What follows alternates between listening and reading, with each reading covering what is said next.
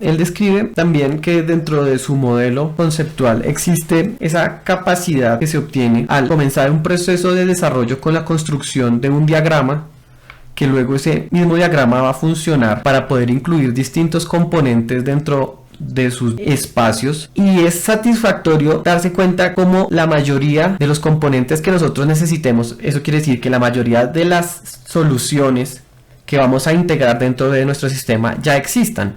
Y esa es una de las grandes ventajas con sistemas como Touch Designer, en donde tiene una comunidad tan activa y además tiene una estructura que permite precisamente poder acceder a esos recursos. Nosotros podemos ir directamente a Touch Designer, a nuestro foro,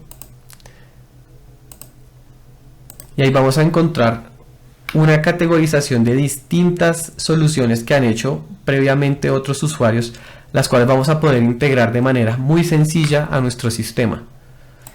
Por ejemplo, acá pongamos VHS.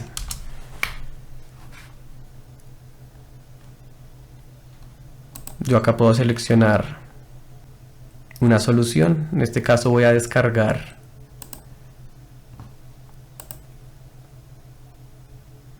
un filtro que lo que me va a hacer es agregarle una apariencia de VHS.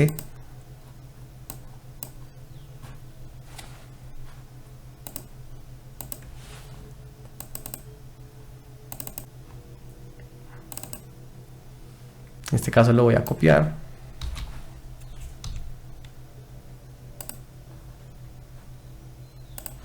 Acá lo voy a integrar dentro de un nuevo container para hacer un componente independiente.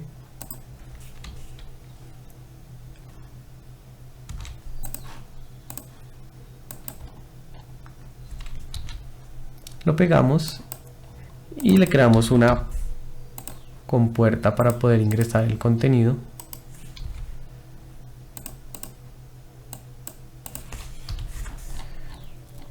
Y de esta manera podemos integrar una solución previa hacia nuestro sistema sin necesidad de haber programado nada.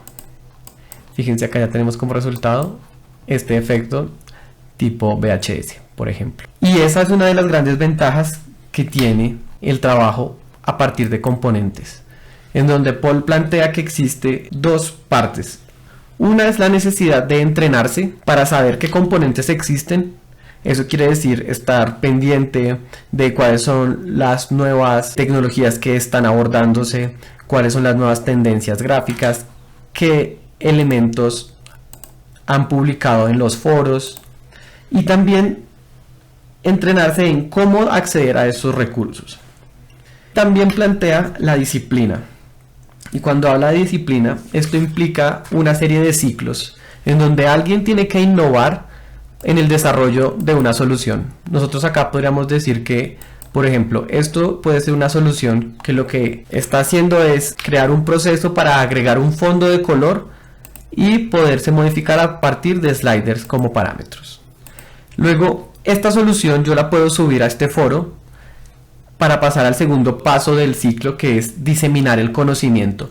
Y este conocimiento finalmente va a estar representado en un componente para que este conocimiento luego cree experiencia a partir del uso desde el mismo creador o experiencia en nuevos usuarios que lo integren dentro de sus soluciones, pasando así hacia el último paso del ciclo, y es la nueva innovación sobre el mismo componente, ya que yo puedo, como usuario que lo descargó desde el foro, poderle agregar algún tipo de funcionalidad específica, y de esta manera estoy aumentando la calidad del conocimiento de este componente para que luego otra persona pueda llegar a acceder a él, y así de manera colectiva se va creando una serie de soluciones que van a permitir crear desarrollos de una manera mucho más sencilla conforme va pasando el tiempo y conforme la gente sigue haciendo parte de este fenómeno social.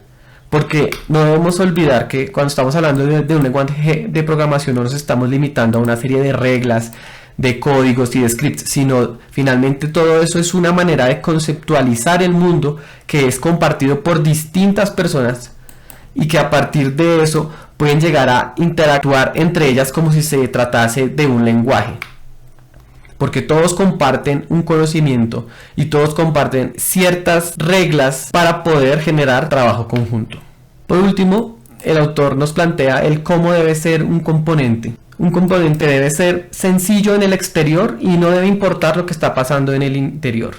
Cuando nos afrontamos a un componente o a un operador, encontramos que o tiene parámetros dentro de su caja de parámetros o va a tener algún tipo de interacción en su misma interfaz. Y siempre va a contar con entrada a través de un cable o con una selección de contenido en uno de sus parámetros y una salida.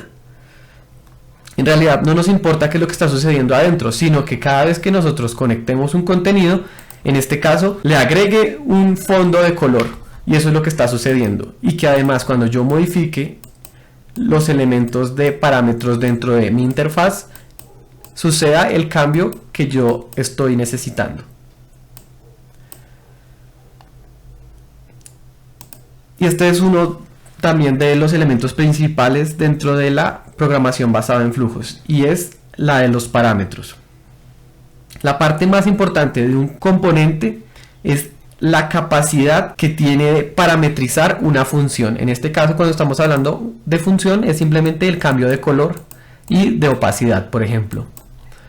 O en este caso, el cambio de función es la selección dentro de una serie de fuentes hacia una única salida. O acá puede ser la función de darle un carácter de volt o de regular.